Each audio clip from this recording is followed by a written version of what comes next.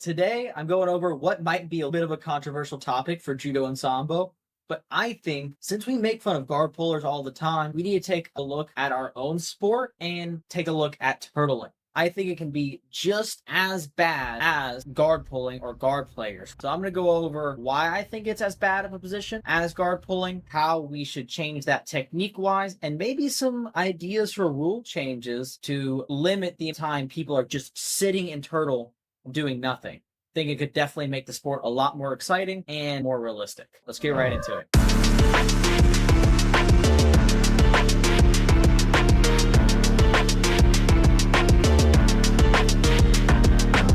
First things first, let me talk about why I think turtle might be just as bad as guard pulling.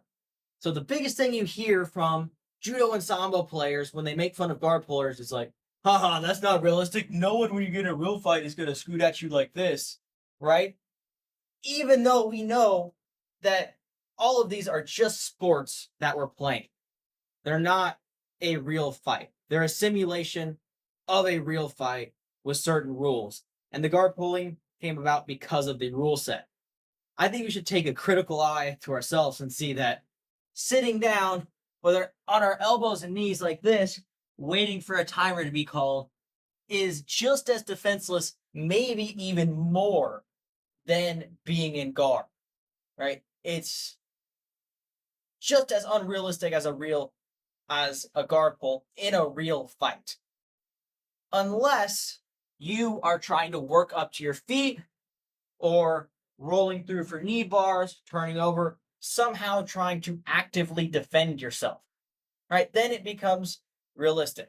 And that's where I think it needs to change is we should be active from turtle and force some sort of activity from turtle instead of just sitting there and waiting for something to happen.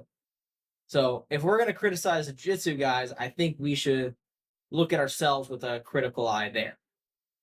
So next thing up, how I think this can be fixed and why I thought of this, right?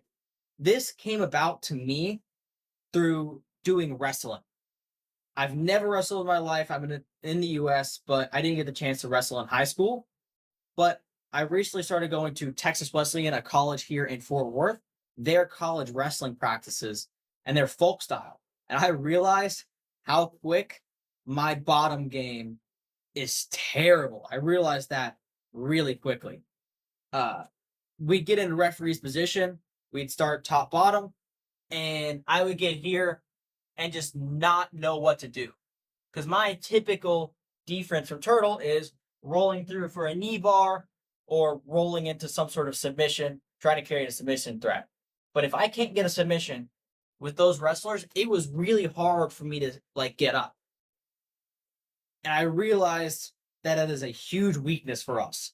And I think through practicing with some wrestlers, we could learn a lot about how to get up, and it would make our sport a lot more realistic.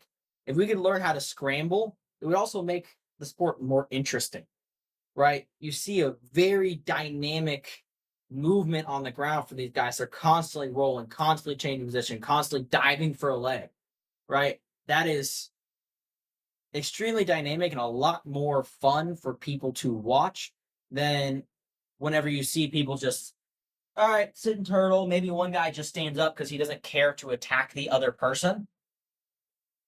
I think that looks kind of silly and almost just as silly as whenever people see guard pulling. To the layman person who doesn't know anything about these sports, I think that looks just as confusing as guard pulling. I do think judo has it a little bit worse than sambo, though.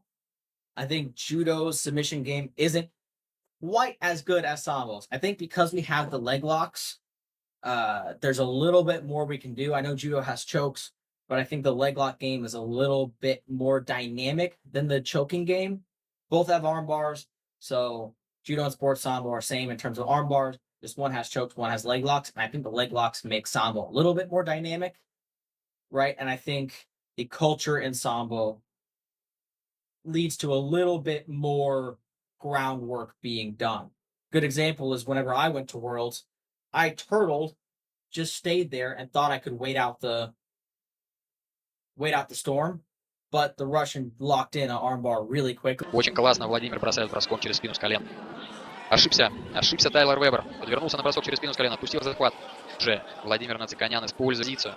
Да, много встреч выиграл Владимир именно этим болевым. Разрывает руки, пытается защититься спортсмен Соединенных Штатов. His armbar skills were great, and I did my best to get out of it, but I couldn't. So I should have used some of those wrestling scrambles that I had been learning to move and actively defend.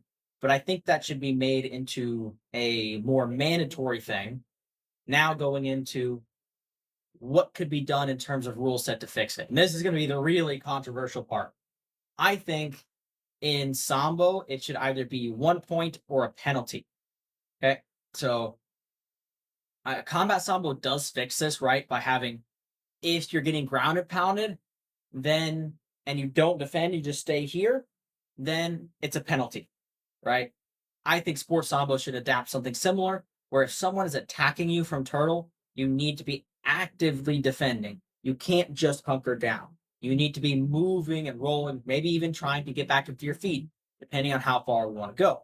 Because, like I said, it's going to make things more dynamic. And if someone is trying to get back up to their feet, it's going to lead to more scoring opportunities standing, or more submission opportunities for even the guy standing up, right? If I'm doing a knee slide, stand up, and pushing the hands down, like I've learned in wrestling, there might be an opportunity if I'm trying to break their hands, they're trying to unknock me, possibly to even roll for a knee ball, or reach behind the back, do Chimata, Harai, anything like that. There's more opportunities for throws if I'm trying to stand up. Same thing for the other guy who's attacking on the ground, who's on the person's back.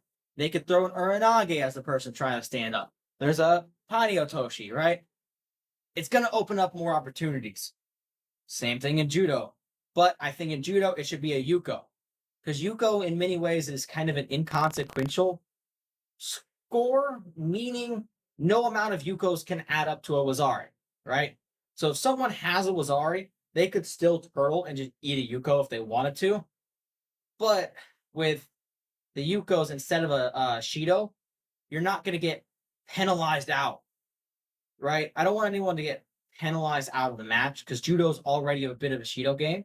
But if you start adding these Yukos that add up, if the score is even, then it's really going to make the match a lot more dynamic, even the standing, right? Because if someone does decide to eat a Yuko to turtle up because they don't think they can get up safely, then they're going to have to really get after it back when they get to standing if the score is even. So it does add a little bit more gameplay into the sports. And I think we should really lean on the wrestlers and try to adapt the techniques they use to stand up and scramble on the ground to learn these things if we were to implement this kind of change. This is just something I thought of last night. I want to talk to you guys about it because I thought it would be a fun video topic.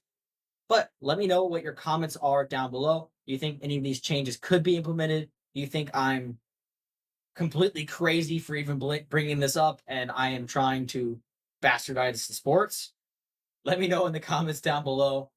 And yeah, have a good day. Ready? 1, 2.